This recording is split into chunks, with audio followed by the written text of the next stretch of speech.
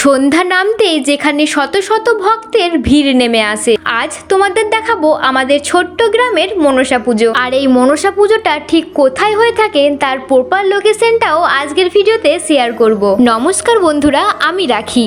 তোমাদের সবাইকে স্বাগত জানাই আমার আরেকটা নতুন মিনি ভ্লগে। আমাদের গ্রাম ঢুকতেই রয়েছে মা মনসার এই সুন্দর মন্দিরটা। প্রতি বছর শ্রাবণ মাসের শেষ সংক্রান্তিতে এখানে ধুমধাম করে মা মনসার পুজো করা হয়। তাই এই বছরও খুব সুন্দরভাবে আয়োজিত করা হয়েছিল মায়ের এই পুজোর। সকাল থেকেই শুরু হয়ে যায় পুজোর সমস্ত কার্যকর্ম। তারপর সন্ধ্যা নামতেই শত শত ভক্তের ভিড় জমতে শুরু হয় মন্দিরের এই প্রাঙ্গণে। দূর দূরান্ত থেকে ভক্তরা আসেন এই জাগ্রত মায়ের দর্শন করতে ও পুজো দিতে। তারপর রাত একটু বাড়লেই চলে যাওয়া হয় পুকুর ঘাটে মায়ের বাড়ি আনতে। সেখানে মনসা মঙ্গলা গান আর ঢাক বাজনার মাধ্যমে মাকে নিয়ে আসা হয় মন্দির। মাকে নিয়ে আসার সময় পুরো পরিবেশটাই যেন ভক্তি আর আনন্দে ভরে ওঠে। সবাই ভক্তি ভরে মায়ের সঙ্গে সঙ্গে মন্দিরে আসেন। আর যাদের মায়ের কাছে মানত থাকেন তারা ভক্তি আর বিশ্বাস নিয়ে পুকুর ঘাট থেকে মন্দির পর্যন্ত পুরো রাস্তা দণ্ডি কেটে মায়ের কাছে আসেন। মায়ের প্রতি তাদের এই ভক্তি আর বিশ্বাস দেখে